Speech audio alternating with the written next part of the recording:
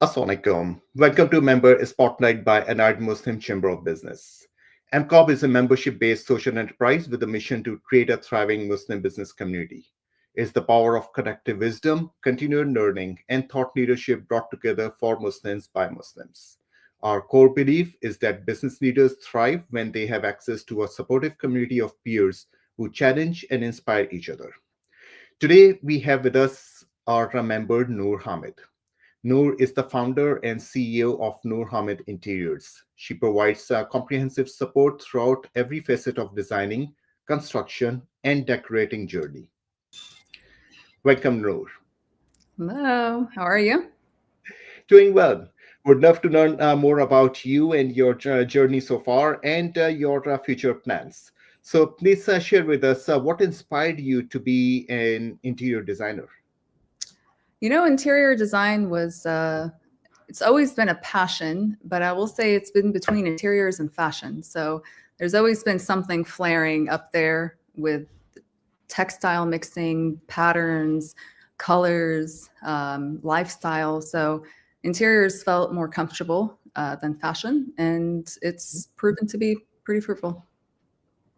All right, sounds good. So, share with us some of the work that you have done in the last 4 or 5 years that you are working in this field. Started off with mainly residential work. A lot of backyard design kind of kicked off with my own backyard designs. People loved the concepts of the things that I was doing. They had me, and it really started at probably the peak of interior design in the industry right at the start of COVID. I had a lot of people staying at home. Everybody decided now was the time to spruce up their homes. So I really started April 2020 it was serendipitous. And it felt like the stars aligned when I finally decided that it was going to be interiors and not fashion that I was going to pursue. And yeah, it's just been a snowball effect from then. So we've done several really luxurious resort style backyards. We've done whole home renovations. We've done coffee shops from drive-throughs to sitting, cool energy drinks, refresher drinks, coffee drinks. I've worked on some offices, but the main sweet spot has been residential.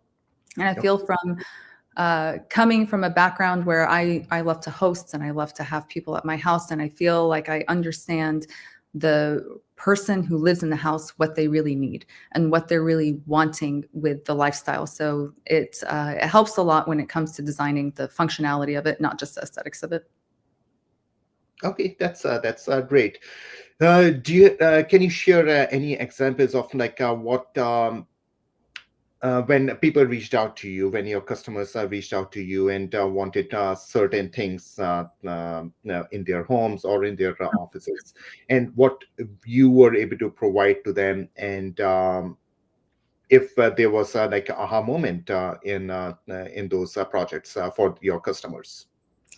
I think there's been a lot of inspiration out there with Pinterest and Instagram, and it's very difficult to translate that to real life. You can pick up elements, but you don't really know what it is that you're seeing and how to translate that.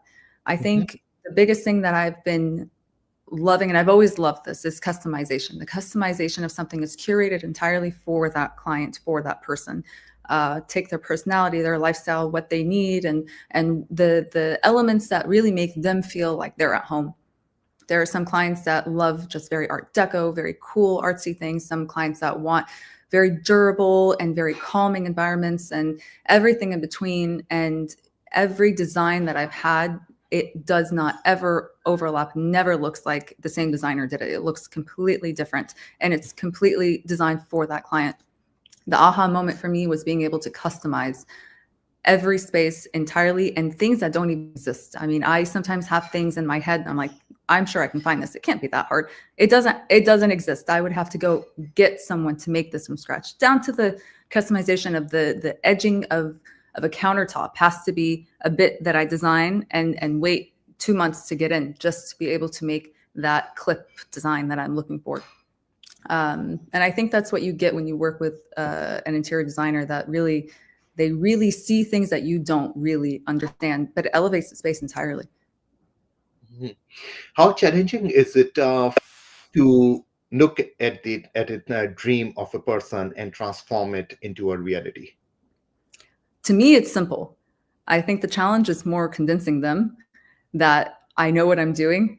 Not that they're doubting me, but in the sense that there's a reason they're hiring me, right? That they don't know exactly what they're wanting, but I can see them and I can see what they're really wanting and what the pitfalls are of what they say they want, and it's actually not going to be such a great idea. So there's a lot of psychology that goes into it, and guiding them from conceptual to real life and the practicalities of all the ideas that we're coming up with. They can all sound great, but there's elements involved. There's cost. There's the ability to get this in. There's lead times. There's practicality, durability, longevity, trends. I mean, do you love this trend because you've been seeing it in your face now for years, and now you want it, but it's dead and it's going to die and you're not going to have to redecorate in 5 years. Everything I do is timeless, and it will be just as chic now as 10, 20 years from now. It's not a trend. And I will very highly support not going for trends. That's the biggest thing I can tell anybody. If it's trendy, don't do it. Okay. Who is your ideal customer? So there's two separate companies here that I work on. There's Noor Hamid Interiors, which is my B2C company. This is my interior design for my clients. And then there's Interior Source, where this is my B2B company. This is where I collaborate with other retailers, designers, developers. So my ideal customer for both is a little bit different. For my Noor Hamid Interiors, really anybody that needs interior design and is willing to come up with creative ideas and doing things that are a little bit different. I love that. It's so much fun. For Interior Source, that one is set up to be operated a little bit differently. This is it's eventually going to be a website that centralizes all sourcing for trades professionals. So you're able to source all your furniture, your fabric, your window plugs, your decor, your lighting, all of this, even antiques, even custom made ideas, all in one platform. Because right now it's just so disjointed and you have different tiers with different companies, and you half the job is sourcing and knowing where to go to get what you want. But right now, the level that I want to pursue is working with power partners, working with my adjacent industries. My biggest adjacent industries right now are construction, whether it's new home construction, condos, residential, and working with retailers. I've had a few retailers already approach me and ask me to work with them. And it really was a light bulb moment for me that, well, there is really no reason to have to try to get my own place, which is what I was trying to do for a little while. I was very excited about having my own store. And then I was like, well, I can have several locations. And it makes sense for them and it makes sense for me working with the existing retailers that are already out there and powering up with them. They're already getting the clients coming in, and I can sell them the design or the actual product.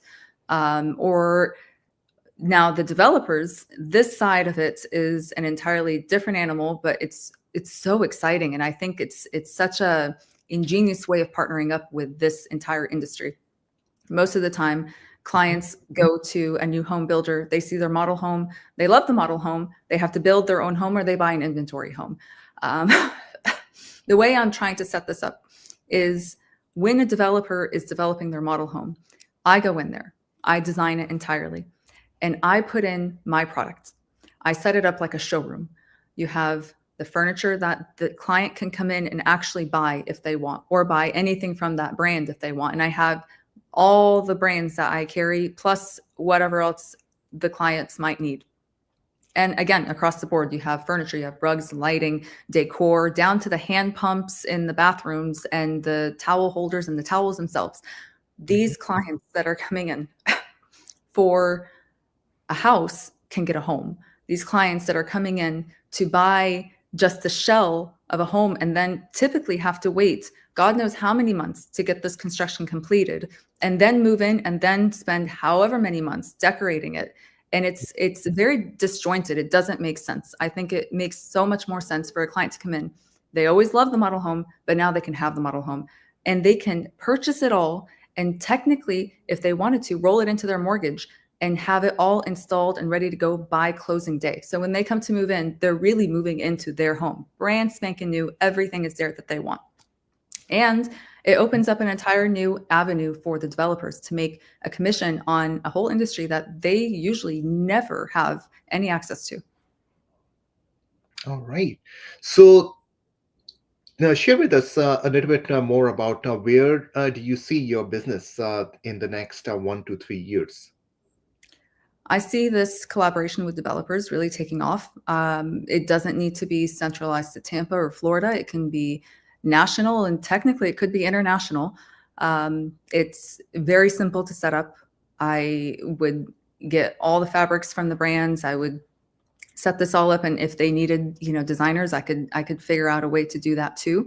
I also see the website off the ground and be able to put in all the accounts that I have, make more accounts with more sources, different aesthetics of product for the B2B company, Interior Source, and also be able to source directly from manufacturers overseas. Now, this may change with certain administrations, and we'll undulate with that. We will make it work, but that was honestly one of the visions too, of being able to source product directly from manufacturers overseas, and it would all be vetted and high quality, and logistics would be taken care of. So it's just set up to make a designer's life easy. Those are the two things that I really see taking off. And again, the power partners with the retailers, with the Interior Source. All right, that sounds great. With running Noor Hamid Interiors and Interior Sourcing as well, what are your hobbies? What do you do outside of work? It's really not that much time for hobbies. My hobby is work. I'm a mother of 4. I'm a wife of 1. And, it takes up kind of all of your time. I try to squeeze in socializing as much as I can. So I'll have my breakfast or lunch with a friend if, once or twice a week, and run off to my meetings. If you asked me a little while ago when I had more time, I used to love to bake. I really enjoyed hosting. I really enjoyed having people over. I would cook and I would bake. I would make pasta from scratch and cakes from scratch. And it was an era. Now everybody's on a diet because mama's not working anymore in the kitchen. So that's where we're at. But yeah, maybe I'll get back to it one day. But at this point, really, these businesses, I really enjoy business. I really enjoy business, and I really enjoy interiors and design. So every now and then, I kind of go back to fashion and play around with that a bit. I've made a little bit of, I guess, a debut in the fashion realm that actually marries interior and fashion together. I've been taking fabrics that I'm so overwhelmed with the amount of fabrics that we have as options that I've started making clothes with it too. So I have 3 rolls of Sanderson fabric here that I'm going to make some ball gowns with, like some skirts, because they're just such fun fabrics. So sewing is fun for me too. Okay, all right. No, that's and you are based in Tampa, Florida. And so, do you serve your clients in that geographic area, or do you have clients outside of that region as well? Primarily, I am really local. I love to be very hands-on with the project. I show up all the time. I'm always there taking measurements. I like to see the paint in person. I like to see the fabric in person. Have I done something not local? Yes. So have I worked, remotely? I have. But I will say, if I were to take on more remote work, I would want to make sure there's a significant amount of site visits just to make sure everything is going perfectly. And there would have to be somebody there that I can really depend on to do that. There's so much minutia when it comes to this. You have to have your installers and your measures and your assistants, and to know that everything is taken care of and it's going well. Because there's a lot of design on the front end, but there's also a lot of project management in the middle of the project and scheduling and all of that. So long as those expectations are in line and everything, then yeah, I do design that's not necessarily local. Okay, all right. Yeah. And you have been running your company for a while now. Mm-hmm. What message would you give to fellow entrepreneurs, and especially women? I really feel like there's a lot of pressure put on us to sacrifice ourselves for our families. And there's a time and a place for this. Like I didn't work while I had little babies, and I was with them and I was home, and I'm happy and I'm proud of what I've done with that.